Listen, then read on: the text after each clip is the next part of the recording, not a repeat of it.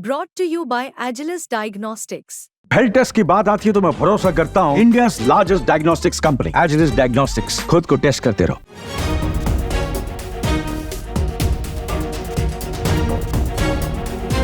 मनीष सिसोदिया, संजय सिंह, अरविंद केजरीवाल समेत आम आदमी पार्टी के तमाम नेता जेल से बाहर आ चुके हैं। सुप्रीम कोर्ट ने सभी को कब की जमानत दे दी है, लेकिन जमानत के लिए कई शर्तें भी रखी थी, जिन शर्तों को आप नेता अभी तक फॉलो करते आए हैं। ऐसे में दिल्ली के पूर्व उप मुख्यमंत्री मनीष सिसोदिया ने जमानत की शर्त में ढील की मांग की है। बता दें कि दिल्ली में चुनावी बिगुल बज चुका है। ऐसे में चुनाव के दौरान चुनावी कैंपेन में मसरूफियत के चलते सिसोदिया ने कोर्ट के आदेश पर ढील की मांग की है।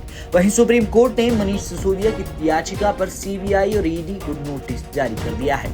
बता दें कि शराब घोटाले से जुड़े सीबीआई और ईडी के मुकदमों में सुप्रीम कोर्ट ने इस साल 9 अगस्त को मनीष सिसोदिया को जमानत दी थी। Justice B R. गवई और के.वी. विश्वनाथन ने सिसोदिया को 10 लाख रुपए के 2 निजी मुश्किलों पर जमानत दी थी। साथ ही कोर्ट ने शर्त रखी थी कि वह हर सोमवार और गुरुवार को जांच अधिकारी के सामने पेश होंगे, जिसके बाद अब तक तकरीबन 60 बार मनीष सिसोदिया जांच अधिकारी के सामने पेश हो चुके हैं। अब मनीष सिसोदिया की मांग है कि उच्चतम न्यायालय के इस आदेश में ढील दी जानी चाहिए। आप नेता मनीष सिसोदिया की तरफ से पेश हुए वरिष्ठ वकील अभिषेक मनु सिंघवी की ओर से जमानत की मांग पर जजों ने कहा कि वह दूसरे पक्ष को सुनकर आदेश देंगे, जिस पर उन्होंने सीबीआई और ईडी को नोटिस जारी कर जवाब देने को कहा है।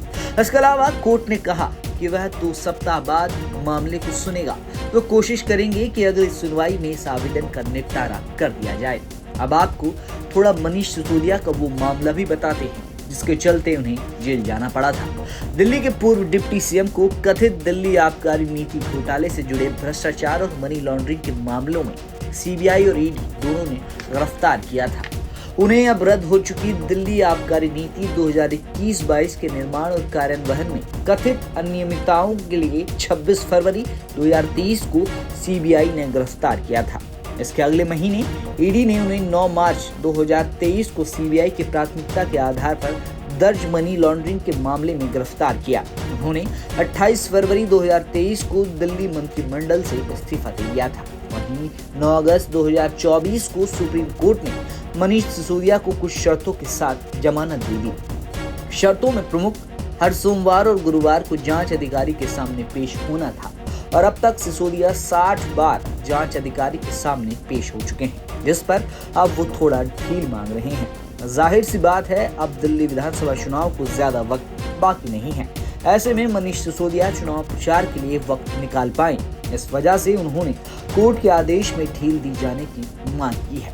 अब देखना है कि 2 हफ्ते बाद सुप्रीम कोर्ट इस मामले में क्या फैसला सुनाती है। ब्यूरो रिपोर्ट, दिल्ली तक।